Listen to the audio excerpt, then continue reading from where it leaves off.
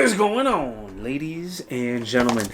I'm sure you've heard that old saying, the two biggest threats to firearms is rust and politicians. For politicians, I vote. I say we bring back tar and feathering. I'm serious. I think that would get some anti-gunners to second guess their decisions. For rust, we have arms preservation. They are anti-corrosion bags. We have several different sizes here. They make a bunch, but we have 3 different sizes. This is a pistol bag, 11 by 15. In here is a Glock 17 with a light and an optic, and there's plenty of room for a much bigger gun. They have a couple size ammo can liners. They have 30 and 50 cal ammo can liners. This is the 50 cal that we have here. And then this is a rifle bag, an M4 bag. And again, they have several different sizes of rifle and shotgun bags. The M4 is 14 by 36. What I want you to look at is the value and what you get for your money. These things are made in the States, and you get a nice bag, and I think the pricing is very, very good. So it should be a quick video here. These are not very complicated, but I have 3 things before we get into the specifics of the bags. I want to do a long-term test, and I would truly like your opinion. I want to test these like Here's what I found. Always listening.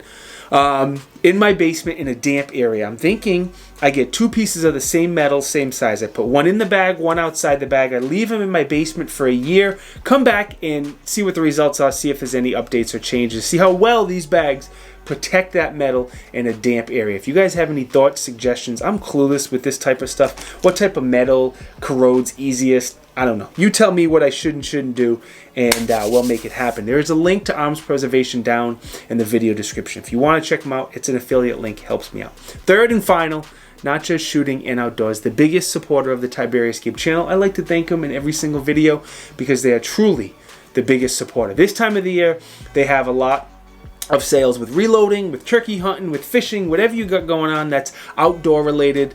Check out the link down, you know where, to Natchez. They got a lot of cool guy gear. Okay, the pistol and the rifle bags have this really strong Velcro closing. Very, very strong.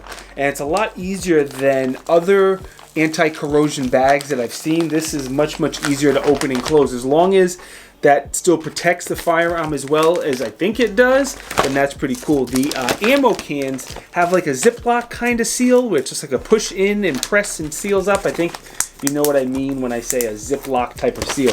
The material is much thicker than a Ziploc, so I'm not comparing it to a Ziploc as far as the material. It's a similar plasticky material, but it's much, much thicker. I don't think it's going to rip easily with the firearm. If you have a knife, obviously it will rip then, but I don't think any gun or any accessory on here is easily going to rip these bags.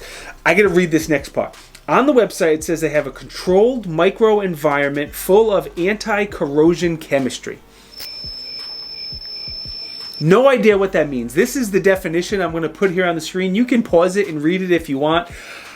I don't know what that means, but what it means for us in layman's terms is if you, it's going to give you about 5 years of protection. These bags, if you use them regularly, you're going to get about 5 years of protection. If you put something in here like a family heirloom or a hunting shotgun or non-firearm things that you rarely take out, that time is going to get extended to around 10 years. Obviously, there's a lot of variables there. What you put in there, the moisture in the atmosphere, how often you open it, the type of material, a million different variables, but that's what you can kind of expect. If you go in there often, 5 years. If you don't, 10-ish years. But for the price, you really can't complain. These are 100% made in America again. The M4 bag is used by the Air Force. I thought that was pretty cool. If you're a Marine, you probably don't think that's cool. You probably make fun of them for it, but I thought it was cool. And I think I said it, but you can keep all of your optics and lights and accessories and whatever else you have on the firearm on it and put everything in the bag, and everything will stay protected. Now, as far as uses,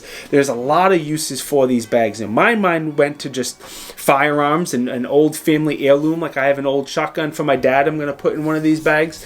And then I read on the website the different uses, and there's a couple that stood out to me. One is going to be for hunters. If you only take a gun out once or twice a year and possibly use it in a very damp environment, this is a great way to help that firearm not rust if you're only breaking it out a few times a year.